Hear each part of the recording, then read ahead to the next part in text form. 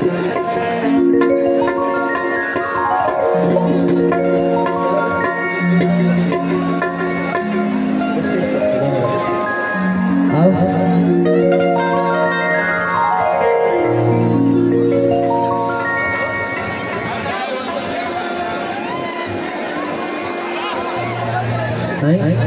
गीत हमारे एल्बम के रहे, बहुत बढ़िया भोजपुरी गीत।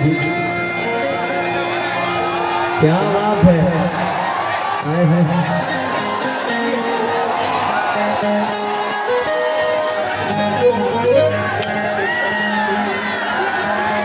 रुपेश भैया।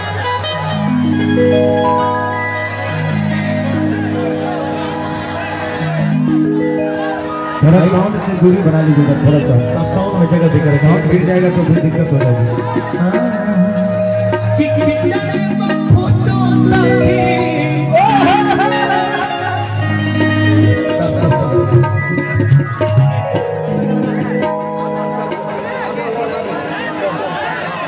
आप लोग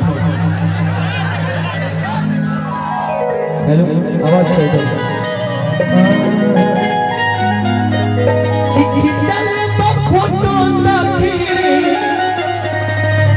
हमारे नाथ में असैया के जदिया काहे सैया के जदिया देवर के हाथ में रहेला।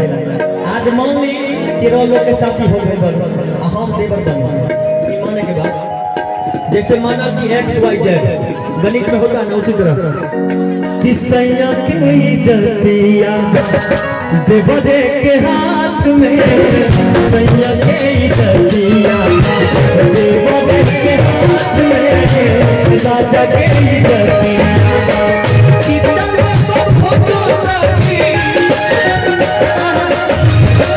कि चल सब फोटो रखी हमारे हाथ में सैया के जदिया देवर के हाथ में राजा के जदिया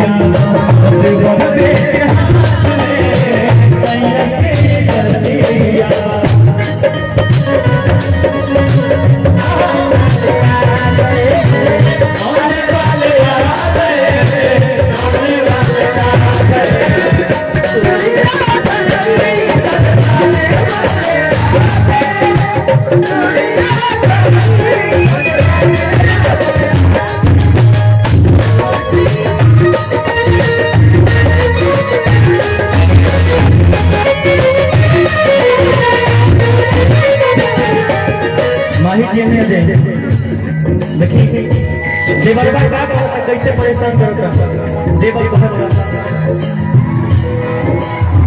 काज ब्लैक में हमसे मांगे हाथ हो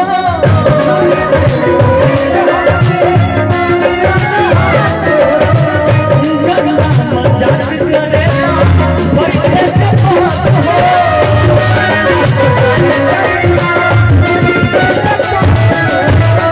और ये कहत रही कि ये राजा जी हमार सोहो जवानी नाश हो जाएगा। देखिए कहत रही कांधे ब्लैक में हमसे मांगे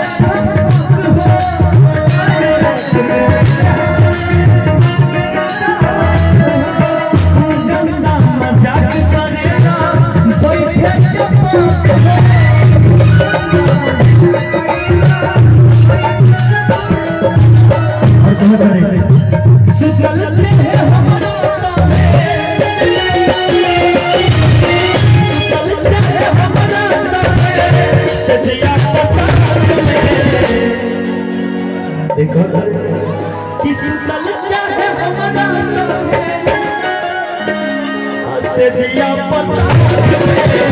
सैया के जदिया देवर के हाथ में सैया के जदिया देवर के हाथ में राजा के जदिया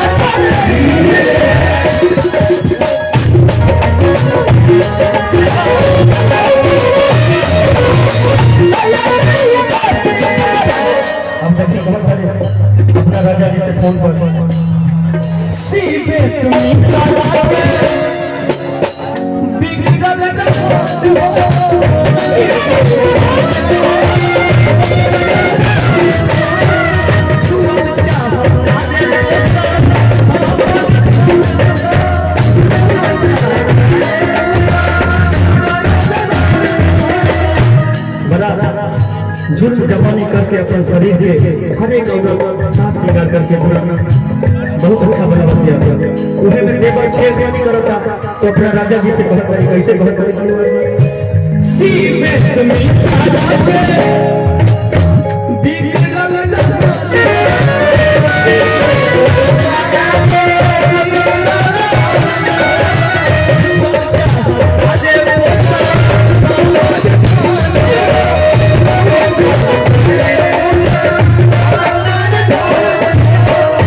गाना के साथ निकले भाई अर्जुन शर्मा जी जिनका गाना अभी बहुत सारा हिट हुआ अनुराग सिंह प्रियंका की आवाज में और सारी लाल यादव जी की आवाज में सब लोग की आवाज में अर्जुन शर्मा जी के लिए लेकिन बहुत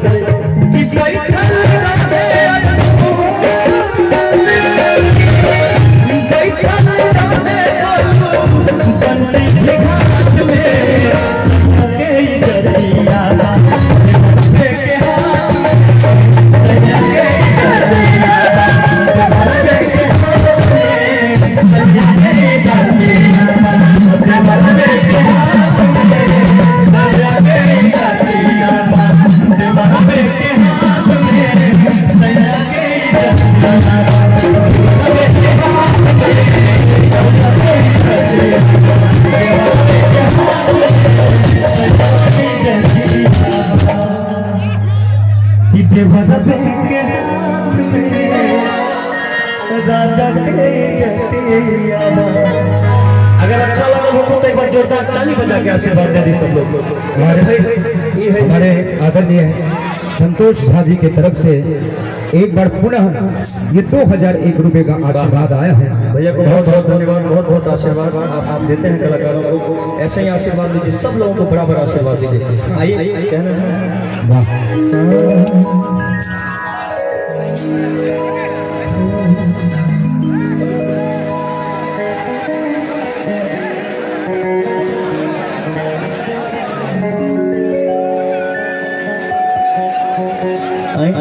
ये गाना बहुत ज्यादा हिट हुई बा, अपन मित्र के गाना एगो गाना एगो शायरी बहुत हिट हुई है कि ये जो लड़कियों के बाल होते हैं लड़कों को फंसाने के जाल होते हैं, ये जो लड़कियों के बाल होते हैं छौरा सबको फंसाने के जाल होते हैं, खून चूस लेते हैं हम जैसे मर्दों का सारा, तभी तो इनके ओठ लाल होते हैं। देख लीजिए है ना, आई कहना है तो गीत बहुत ज्यादा हिट हुई बाबू, सब लोग के जुबान पर हुई। नींद आवे न अखियां में तू ही पसंद बारू ससे, आवेला नहीं चैना रोवेला दुनू नैना, आवेला नहीं चैना रोवेला दुनू नैना, तरन बड़ा खदिया नींद आवे न अखियां में तू ही पसंद बारू ससे,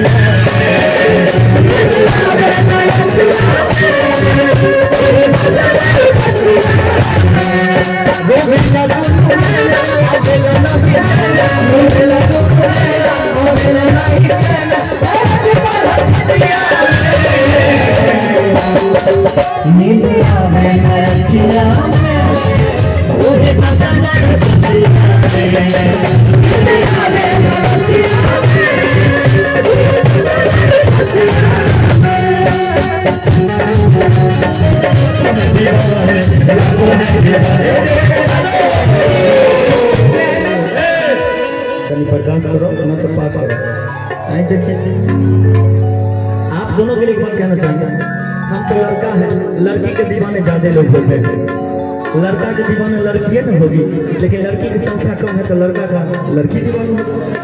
कि लाखों है दीवाने तेरे लाखों है दीवाने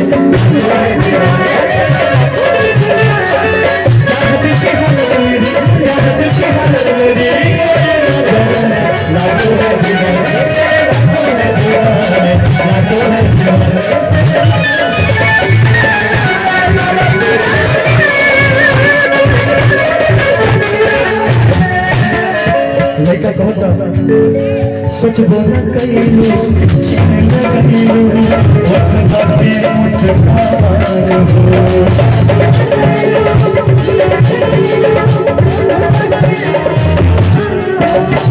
तने फासाला के लगिन दिया दुनिया लागे दीवाना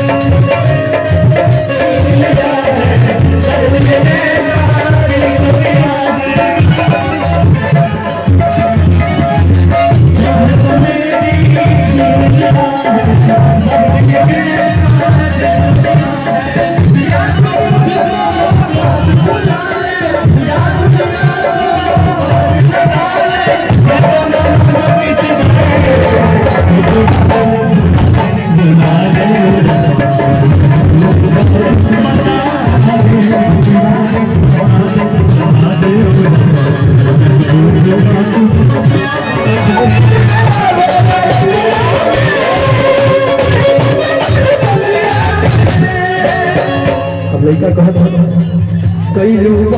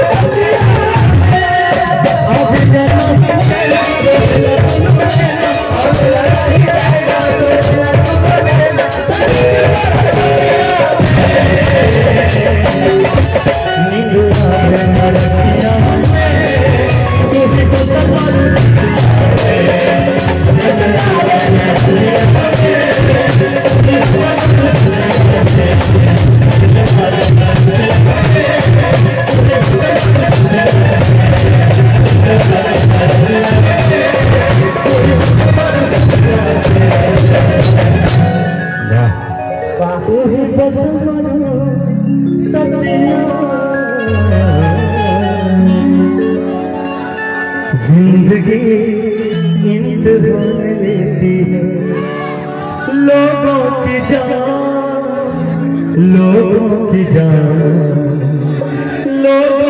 जान लेती है दिल लगी इंतजार लेती है। बात बर्दाश्त करिए। अब देखिए हमारे जी डॉक्टर एनके सर की तरफ से फिर से ये 501 रुपए का आशीर्वाद आया है। और जब कलाकार के माध्यम से जब आशीर्वाद आता है तो कलाकार का हौसला और भी बढ़ जाता है। हमारा हौसला देखिए कितना बढ़ा रहे हैं भैया संतोष भैया उनके तरफ से फिर से सुरेश भाई आप बहुत अच्छे सिंगर हैं। अरे सर आपको सलाम है। आशीर्वाद दीजिए। आप शायद किसी दूसरे का गाना ना गाते हो जी, लेकिन हम लोग श्रोता सब का सुनते हैं। एकदम सर। जवानी पिया फेल हो जाएगी, सेल हो जाएगी। जवानी पिया सेल हो जाएगी। हाँ। कौन गाना है सुने हैं? हाँ हाँ तो गाते लेके मिला हमारे के लगे ही सुताई है ये हो जाएगा। चला वाह विकास भाई जरूर। हाँ आइए ना आप भी आइए। उससे पहले सलोनी जी भी आइए। राजेश सिंह राजद नेता, आदरणीय राजेश सिंह राजद नेता, उनके तरफ से भी ये 501 रुपए का आशीर्वाद आया है। हाँ बहुत बहुत धन्यवाद सर को। आइए सलोनी जी। आप सर नेताजी से जल्दी मुख्यमंत्री बन जाइए, यही ऊपर वाले से व्यक्ति है हमारे। सब लोग आगे बढ़े, सब कोई अपना नाम करे। कलाकार हमारे क्षेत्र में बहुत है, आपके क्षेत्र में बहुत सारे लोग होंगे। हम तो चाहते हैं हर कोई आगे बढ़े अपने अपने जगह से, हर कोई, सब लोगों का पेट भात चलता रहे, सब आगे बढ़े। किसी के आने न जाने चले जाने से इंडस्ट्री थोड़े खत्म होता है। सब लोग साथ में आगे बढ़े, सब कोई नाम करे अपना अपना, जो जहां है हर एक लाइन में। आइए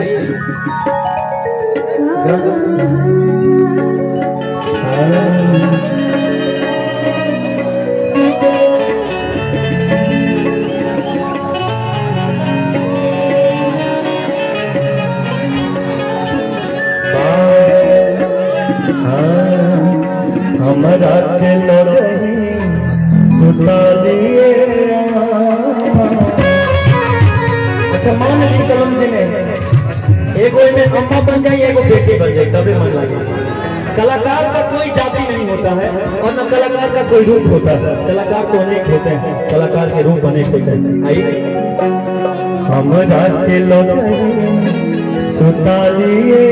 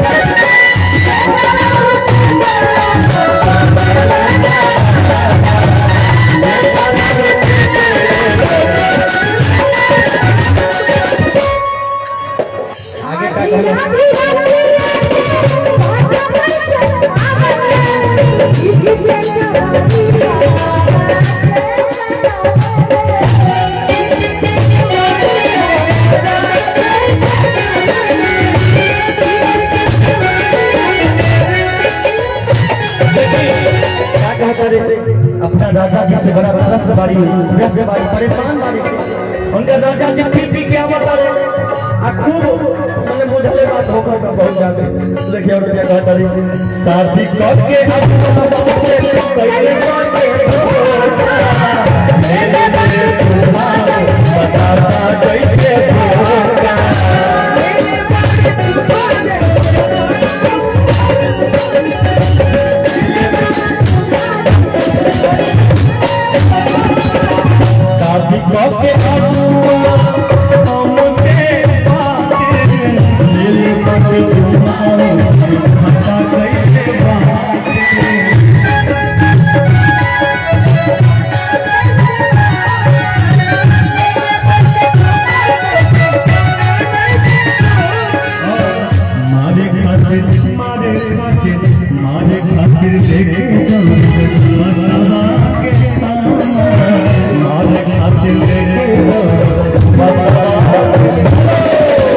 उनकर औरतिया के माई कही रहे कि हम ही लेके मारे खातिर आई बसवा के खाना आ दामाद जी हमर रोज बिगड़ले दादामा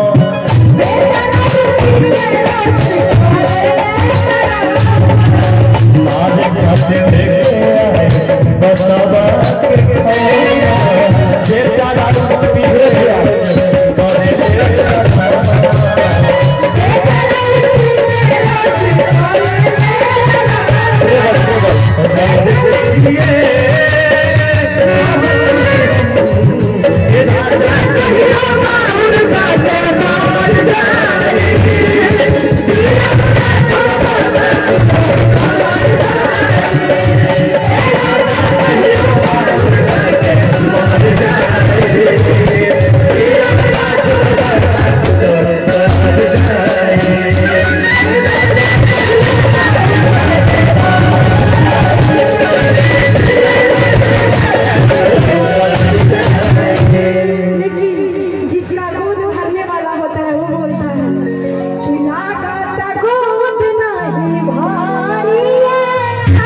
पहले जैसे को घबराइए बेटा और मिलन बड़े बड़े कानी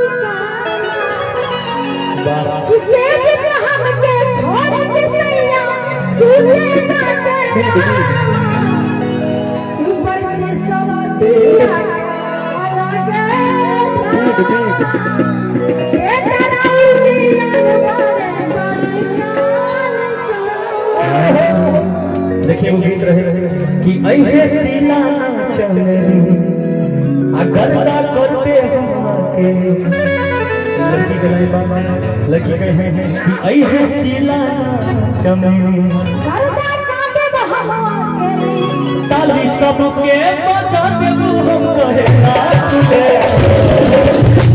अब लड़का कहे कि धीरे धीरे कमर नचे कबे नचनिया टूट जाई चोटी बचा ए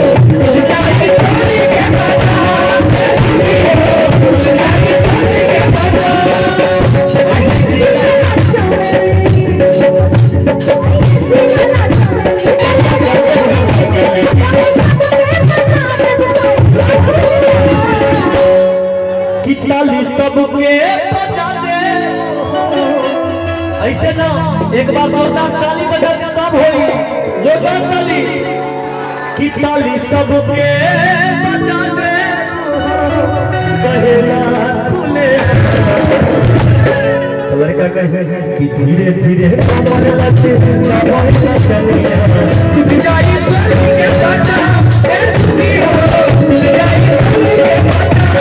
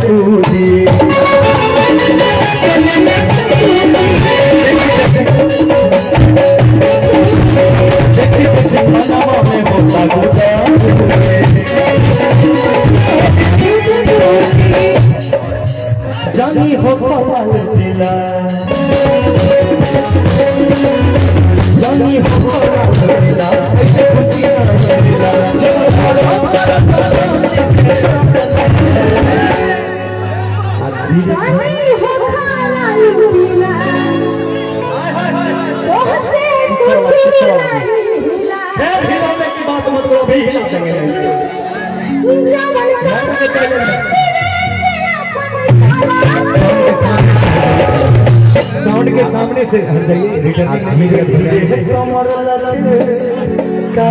बैठ जाइए। गाना बहुत पहले के कि धीरे धीरे चोली के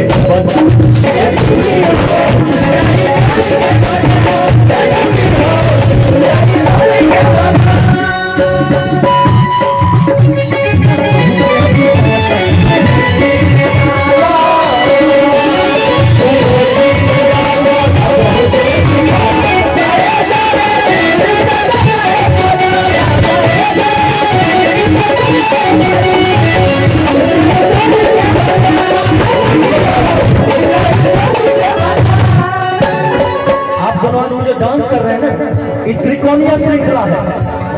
इधर भी जाना है, इधर भी जाना है, इधर भी जाना है। इस त्रिकोणीय श्रृंखला में सारे लोगों को खुश करके जाना नहीं करता। बबुआ से खुश करके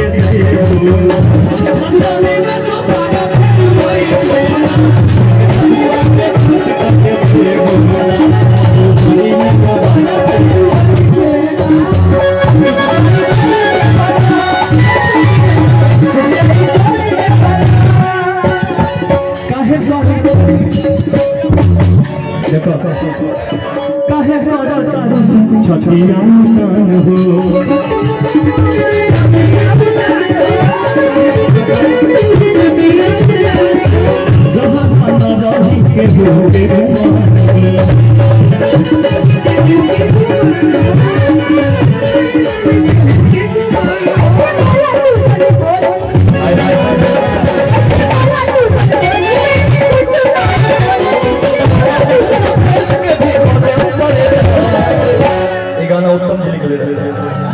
काजल जी, गणेश काजल कि उत्तम काजल प्रभुलेश के भी कोदे मुपदेश। हम कहते हैं कि धीरे धीरे कमर लगे गावोए सजनिया, धीरे धीरे कमर लगे गावोए सजनिया। जाई चोली के बता ए सुखी हो, जाई चोली के बता ए सुखी हो, जाई चोली के बता ए सुखी हो, जाई चोली के बता ए सुखी हो, जाई चोली के बता ए सुखी हो, जाई चोली के बता ए सुखी हो।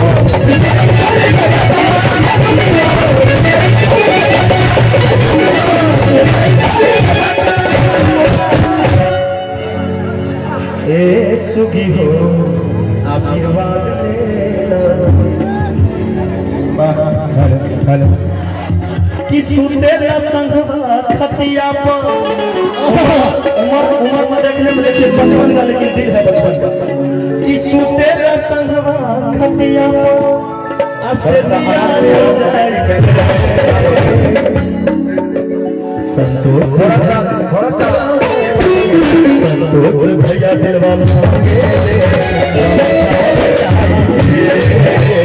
संतोष भैया दिलवा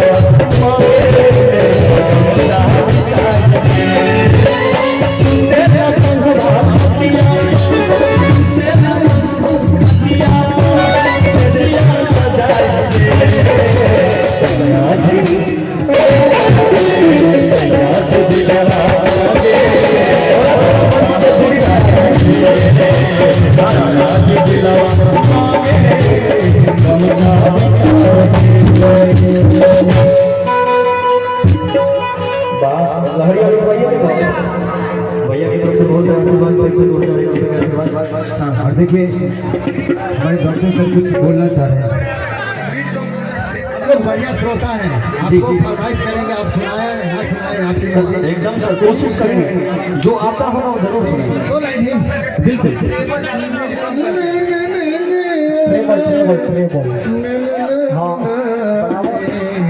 के बर्तन हेलो, क्या बात है।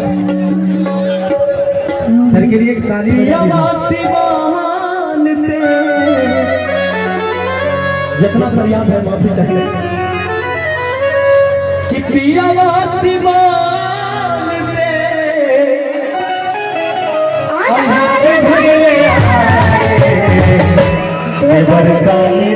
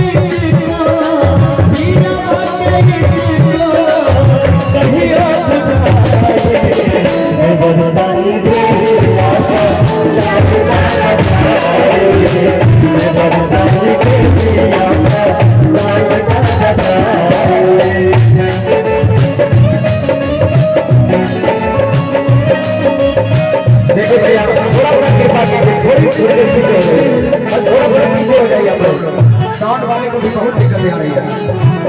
ये बंद हो जाएगा तो कैसे थोड़ा हो जाएगा? आप बताइए, थोड़ा सा पीछे हो जाइए, थोड़ा थोड़ा पीछे हो जाइए।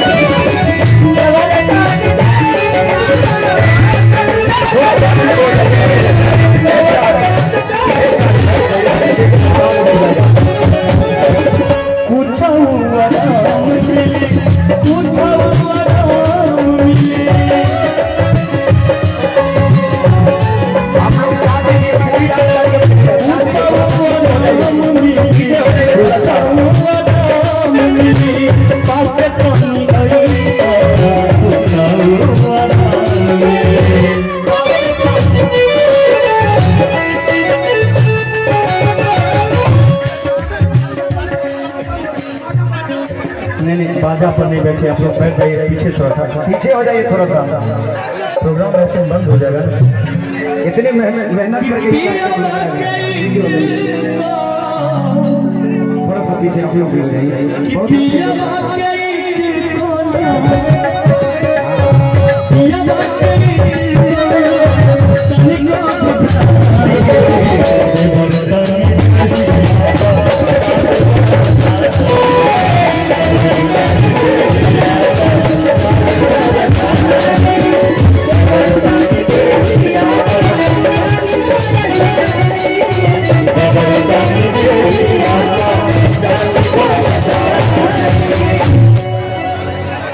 अगर अच्छा लगा हो तो सर जोरदार ताली। बहुत बहुत शुक्रिया सुरेश भाई। जी जी एक लाइन आप तो गाते नहीं है, धीरे धीरे कभी कमरिया दबाई। देखिए अभी बहुत सारे कलाकार पीछे है, यदि दर्शक आप लोग नहीं सपोर्ट करेंगे तो फिर दिक्कत हो जाएगी, सारा पैसा भूल जाएगा, क्योंकि ये प्रोग्राम आप लोग को देखने के लिए आया है। तो आप लोग आराम से मजा लीजिए, धीरे धीरे स्टेज से साइड हो जाइए।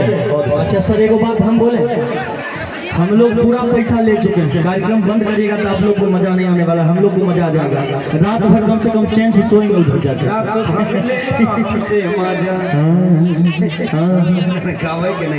एगो गाना रहे। थोड़ा सा पीछे हो जाइए, यही कैमरा सब जो देख रहे हैं आप लोग, इसी कैमरे के माध्यम से कल इस जगह का कार्यक्रम आप लोग मोबाइल पे देख लिया, इसलिए थोड़ा सा उनको आज मजा आएगा। कुछ तो बात है। और जितने भी साउंड के बगल है भैया हट जाइए, मजा लीजिए, पूरी रात मजा लीजिए, है ना। आज हम पहली बार एक चीज चाहते हैं, हम चाहते हैं कि मनीषा जी आप मेरे साथ हैं, गाना गाइए, बड़ी मजा आएगा। दिल ना लगेगा जो हमारा पूरा हिट हुआ है वो गाना गाइएगा। एक बार जोरदार हल्ला कर दीजिए तो आप लोग। वाह, माइक दिया जाए माही जी को। माही लगाएंगे आज गाना में ढाई।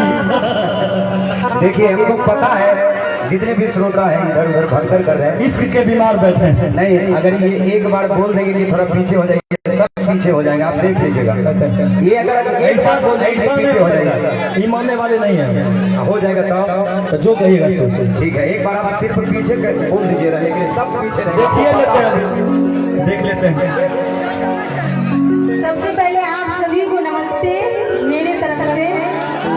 अगर मेरे लिए थोड़ा सा भी प्यार है तो आप लोग, क्योंकि बोले हैं क्या, आप बोलिएगा तो आप लोग पीछे चले जाइएगा।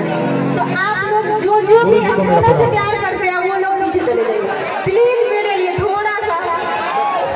अगर करते होंगे तो, नहीं तो मैं मानूंगी नहीं कर रहे आप लोग। एक आदमी से कितना लोग प्यार करी है, केकरा केकरा भूली गई। सारे लोग करते हैं, सारा लोग करते तो पीछे नहीं हो जाते। अब क्या अब देखिएगा कि पत्थर को पीस देने से कभी मैदा नहीं हुआ, और इस गाँव इस शहर के मर्दों को तो झुका दे, ऐसा माइका लाल कोई पैदा नहीं हुआ, समझे। सर कहिए ना, अभी देखिएगा मोहल्ला में आपका भी इज्जत है, आप ही पीछे करवा दीजिए। ठीक है, अच्छा ठीक है, थोड़ा भैया आप लोग पीछे हो जाए हल्का हल्का। मर्द वाली बात है, थोड़ा पीछे हो जाए। जियो मेरे मधुबनी के से थोड़ा पीछे हो जाइए हल्का, थोड़ा सब लोग थोड़ा पीछे हटिए हल्का हल्का सब लोग। अभी कार्यक्रम रात बाकी है, बात बाकी है, फिर मुलाकात बाकी है, थोड़ा पीछे हो जाइए हल्का हल्का। कम से कम मशीन पर से, नहीं तो मशीन पर चढ़ जाइएगा तो गाना हम लोग कैसे गाएंगे। सर आप आइए, इधर तो ठीक है, इधर वाले भैया सब ठीक है। हाँ जी, हेलो सब दर्शक से हमारा आग्रह, जे कते मेहनत के बाद हमरा नहीं लगेगा जयनगर मंडल में ई प्रोग्राम कतवायल हेतै। अब ब्रजकिशोर यादव अहाँ सबके लिए ई प्रोग्राम ऑनलाइन है, वो प्रोग्राम यदि आई 8-9 लाख रुपया दूर यदि तो कते खराब लागत अहाँके। अहाँ नौजवान के लिए प्रोग्राम लायल गेल छै, अहाँ सबसे आग्रह जे कनी एकरती बर्दाश्त करू, तो भोर तक देखब प्रोग्राम, नहीं तो भऽ सके प्रोग्राम बीच में बंद भऽ जाए। तैं अपने सबसे कॉल जोड़ के करबद निवेदन है जे कनी बर्दाश्त कऽ के कनी माइक पर नहीं चढ़ियो, क्यों आदमी कनी बगल भऽ दियो, आई प्रोग्राम के भोर तक आनंद उठाओ, बस यह हम आग्रह करो। थोड़ा पीछे हो जाइए, पीछे हो जाइए, सुनिए सब आदमी पीछे हो जाइए, जो अभी से आगे आएगा ना सब तो विद्यानाश।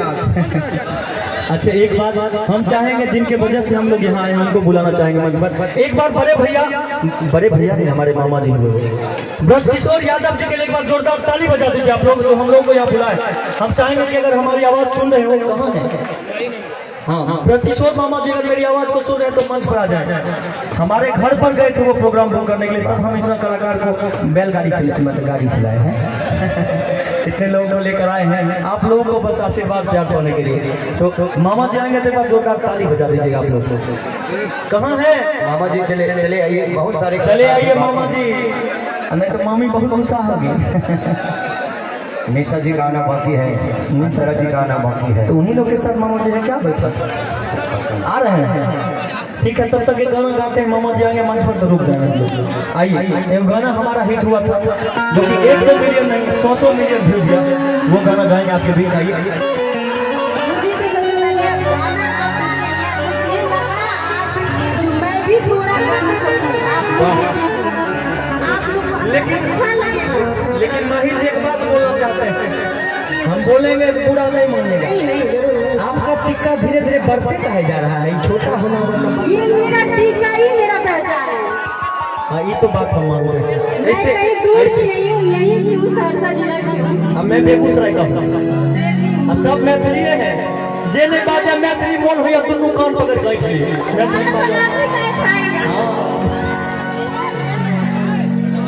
सब बताबू की हाल है। हाल तो ठीक ही है लेकिन चाल खराब हो गई है वहाँ तो देख। अच्छा हाँ आओ एक गीत बहुत बढ़िया हम अभी भेल है भोजपुरी गीत है तो मैथिली भी गाबै छी लेकिन आओ एक भोजपुरी क्या कहना है स्किल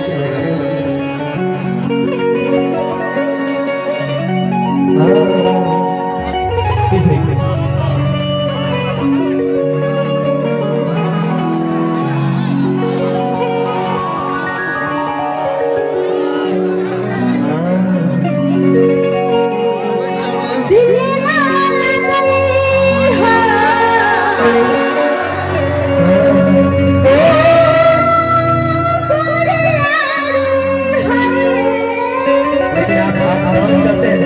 खूबसूरत लगते हैं दोनों जब उछल कूद करते हैं आप लोग बैठ जाते हैं गिर जाते हैं उठ जाते हैं बड़ी मजा आता है लेकिन हम कहेंगे आपके लिए आज भर समझिए कि आपके आशिक हम हैं इनके आशिक सब लोग हैं लेकिन आज हम आपके आशिक हैं और आपसे बस एक ही बात कहेंगे कि दिल ना लगई हो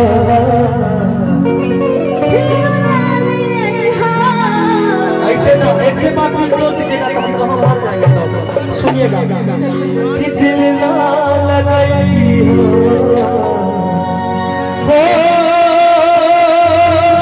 माहिया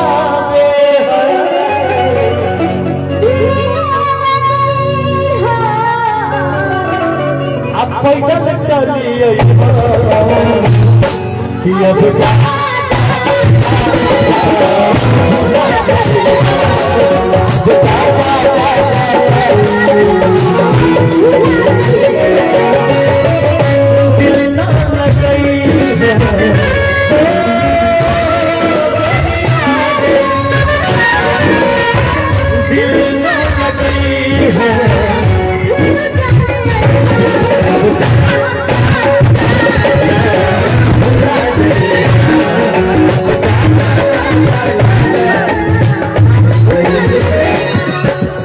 प्यार के बदला